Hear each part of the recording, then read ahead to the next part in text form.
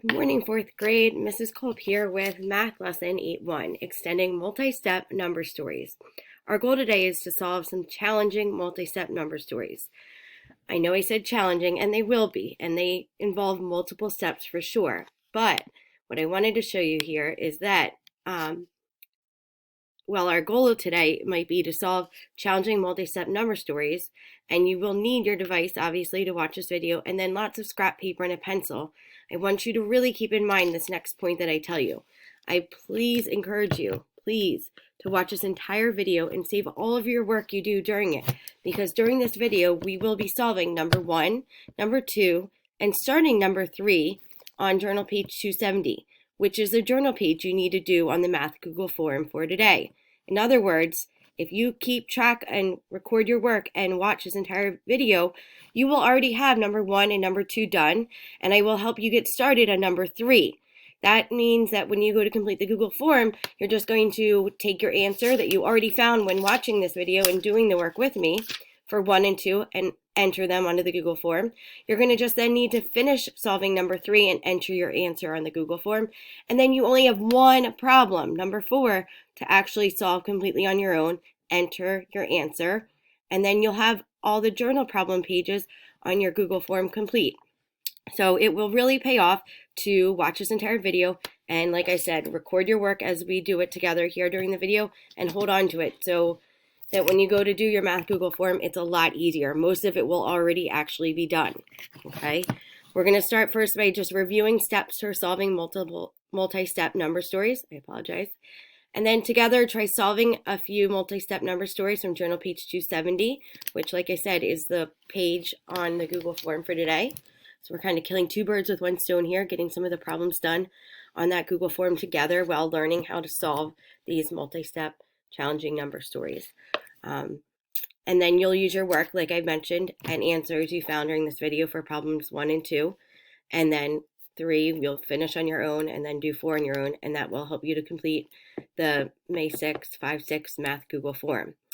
You do need to make sure that you complete your extra math fact practice as well. Sorry about that for the screen changing. And click submit on the Math 5-6 Google form. Sorry, make that correction there. Okay, so to get started here, we're going to first just go over a few steps for solving multi-step number stories. A while back, I did a video with lesson 7-4, and I gave you these steps here. Now, I know I use a strategy with a T-chart in my class. Use whatever, like I said, works best for you or your teacher has taught you. The first step, though, think today's goal, what was it? It was to solve multi-step number stories. Well, that means then you will have to do more than one step, sometimes 3 or 4 or maybe even 5 steps to solve the problem. If you are solving the problem and only doing 1 or maybe 2, then you must be missing some detail in the problem, must be missing out on some information or misunderstand what the question is asking you. If you find yourself just doing 1 or 2 things, make sure you go back and reread the question and the problem very carefully. Okay, pay attention, especially if it says the word each, at each of something. Okay, that right there means you need to do an additional step. So steps to follow when solving multi-step number stories. First, we need to first find the question mark. In other words, we need to think about what the question is asking. What do we need to find out? Once you know that, then stop and think, secondly, what do we know? Do this by highlighting keywords and boxing key numbers in the problem.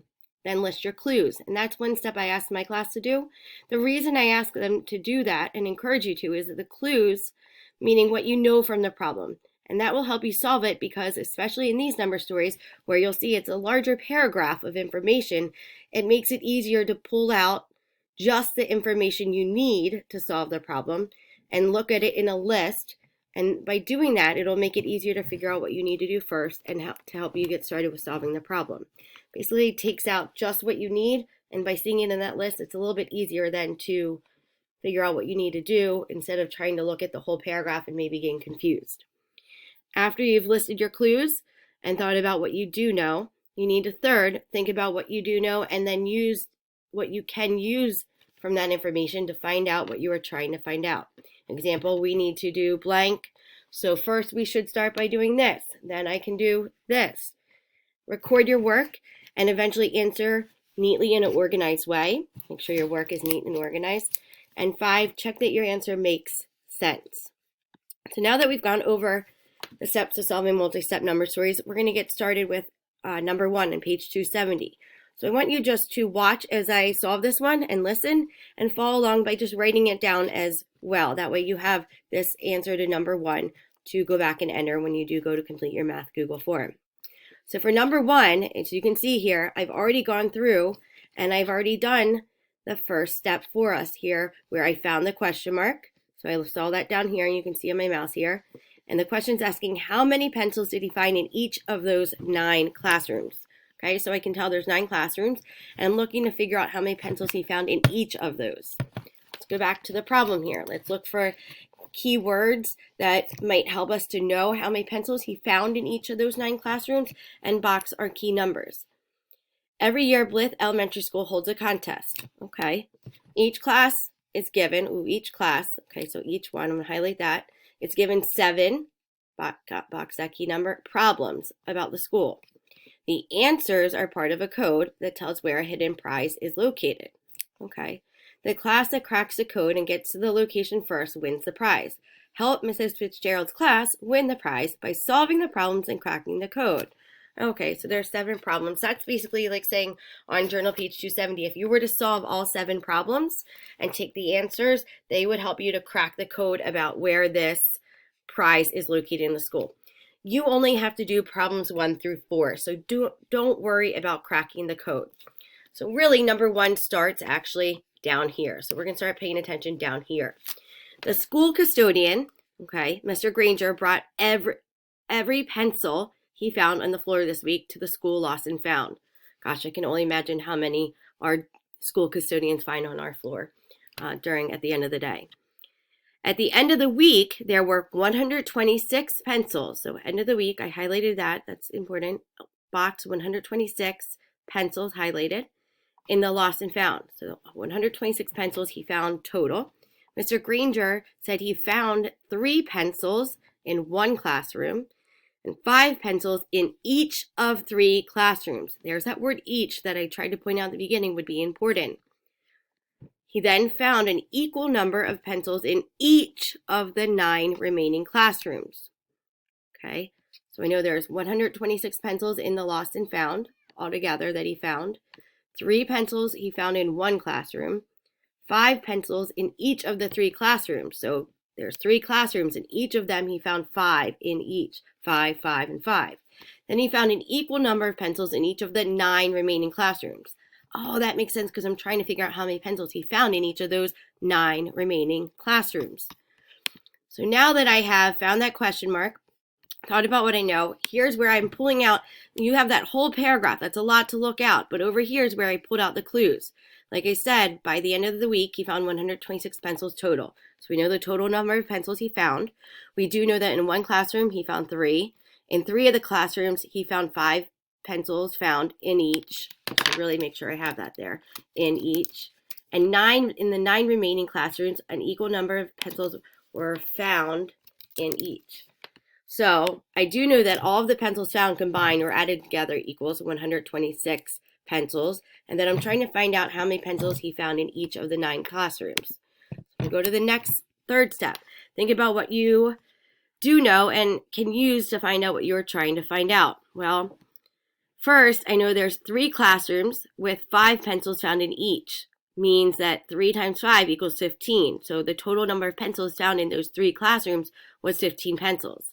The second thing I do know is that 1 classroom with 3 found, where he found 3 pencils, plus the 15 he found in the 3 rooms means, well, if 3 times 5 is 15 plus 3, that would be 18 pencils.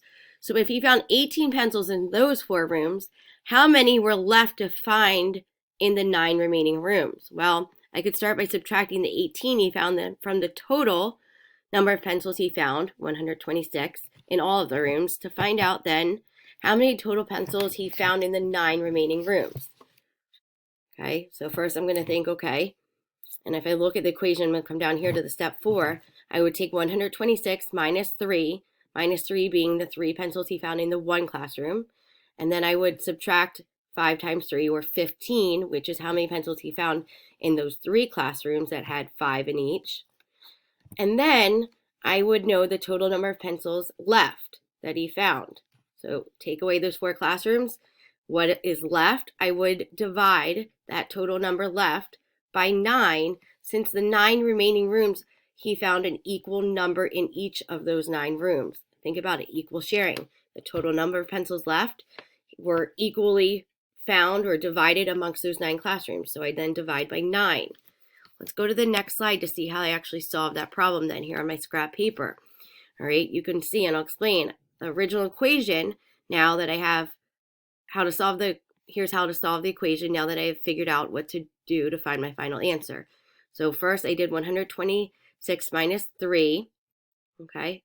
The equation then would be 126 minus 3 minus 3 times 5 divided by 9. Okay, 126 being the total number of pencils he found, 3 being the number found in that one classroom, and then 3 times 5 representing the total number of pencils he found in those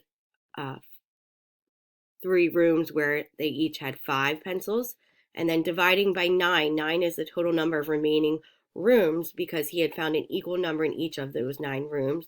And P would be the pencils, the number of pencils he found in each of those 9 rooms. So 126 minus 3, and I drew an arrow down. It gives me 123. I rewrote the equation then. Now I have 123 minus, in parentheses then, 3 times 5, and parentheses, and the second parentheses, divided by 9 equals P. 123 minus 15, since 3 times 5, and you can see equals 15. Now I rewrote the equation again. 123 minus 15 divided by 9 equals P. So I need to do what's inside the parentheses first. 123 minus 15. If you look over here, and I'll turn it like this, I wrote it like this so I could use the lines as columns here. Okay, so 123, sorry, let's get rid of that there, minus 15.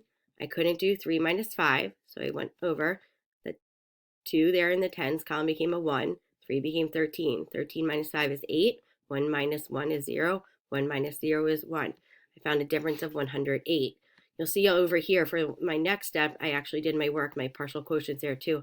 And I again turned the paper to do that work so I could use the columns to help me organize my numbers. I'm going to rotate it back though so that you can see what my next steps were here. Okay, just a strategy you might use to help yourself.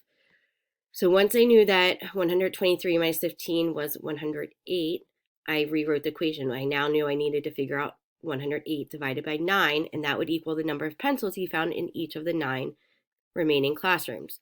So when I did 108 divided by 9, which again, I'll rotate, and you can see here, 108 divided by 9, with the partial quotients here, I first thought, okay, 9 times 10 I know is 90. And then when I subtract 108 minus 90, I got a difference of 18. And right away, then I knew my basic fact, 9 times 2 is 18. When I subtract, there was nothing left over. So the 2 parts that I had were 10 and 2. When I add them together, I get 12, where the quotient there, 9 of 12, because 108 divided by 9 is equal to 12. What does that mean? Well, that means that here, because 108 divided by 9 equals 12, that means that he had found 12 pencils in each of the 9 remaining classrooms. We're going to take a look here at number 2, okay, on page 270. And then for the second part of the video, we'll pick up with number 2. I'm just going to introduce it here first. Page 270, number 2. We're going to start this one together. Be sure to record and save your work when filling out the Google form. In number 2 here, first you need to find that question mark, okay? How many chairs did he put at each table? Then go back, reread this part at the top, and think about what are the key words, okay? Highlight those, and what are the key numbers that you would box, all right? I'm going to ask you to pause this video. Really, you're going to actually stop this part. This will be the end of part 1. Before you start playing part 2, and remember, you want to tune in for part 2 and watch the entire thing because you're going to have to do number 2 and 3 no matter what. It's on the Google form. So by watching part 2, you'll get number 2 done with me. You'll start number 3, and then you only have one to finish and one to do on your own. So right now part 1 is over. I want you though, before you start playing part 2, to have read and the problem here, highlighted the keywords and boxed the key numbers.